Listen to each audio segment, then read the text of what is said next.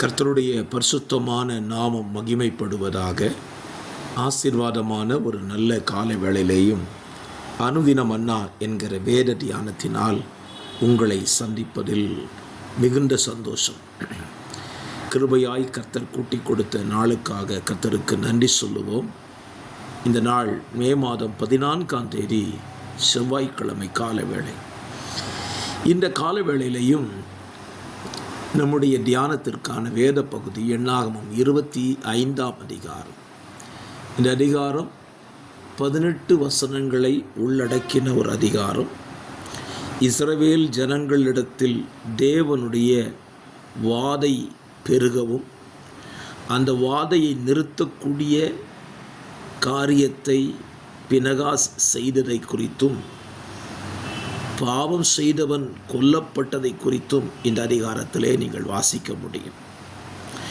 25ஆம் அதிகாரத்தை புரிந்து கொள்ள வேண்டுமானால் 22, 23, 24 அதிகாரங்களிலே இஸ்ரவேல் ஜனங்களை சபிக்கும்படியாக பாலாக் என்கிற ராஜா பிலேயாமை அழைத்தனுப்பி அவர்களை சபிக்கும்படி சொல்லுகிறான்.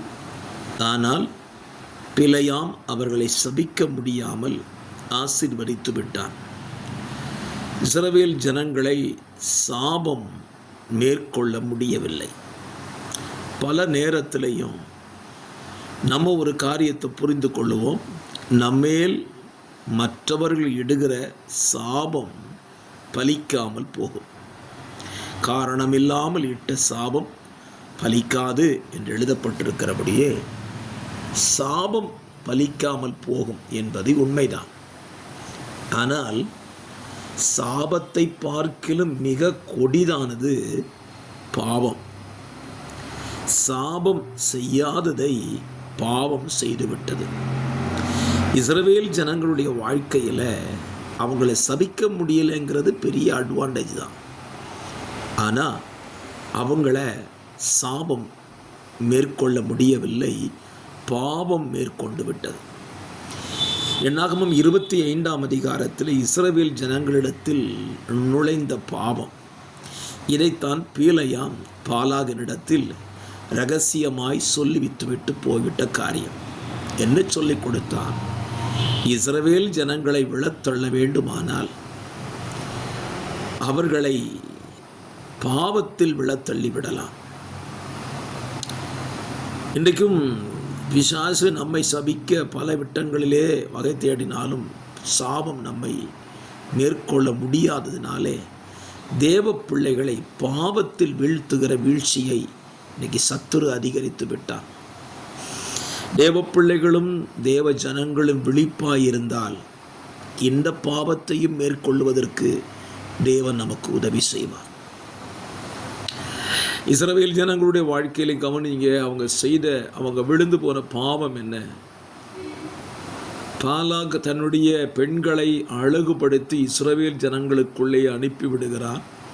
பெண்கள் விஷயத்தில் இஸ்ரவேல் ஜனங்கள் விழுந்து போகிற சரித்திரம் பைபிளில் ஏராளம் இருக்கு. ஸ்தோத்திரம். இதை சத்துரு திட்டமிட்டே செய்து கொண்டிருக்கிறான். இன்றைக்கும் தேவ ஜனங்கள் மத்தியிலே பாவத்தினுடைய விளைவு எங்கே இருக்கிறது என்றால் பெண்களினாலே பாவம் ஏராளம் சபைக்குள்ளே பெருகத் தொடங்கிவிட்டது. வேத புத்தகத்தில் நீங்கள் சொல்ல வேண்டுமானால் தாவீது விழுந்தது எங்கே? ஒரு பெண்ணிடத்தில். சாலமோன் விழுந்தது எங்கே? பெண்ணிடத்தில்.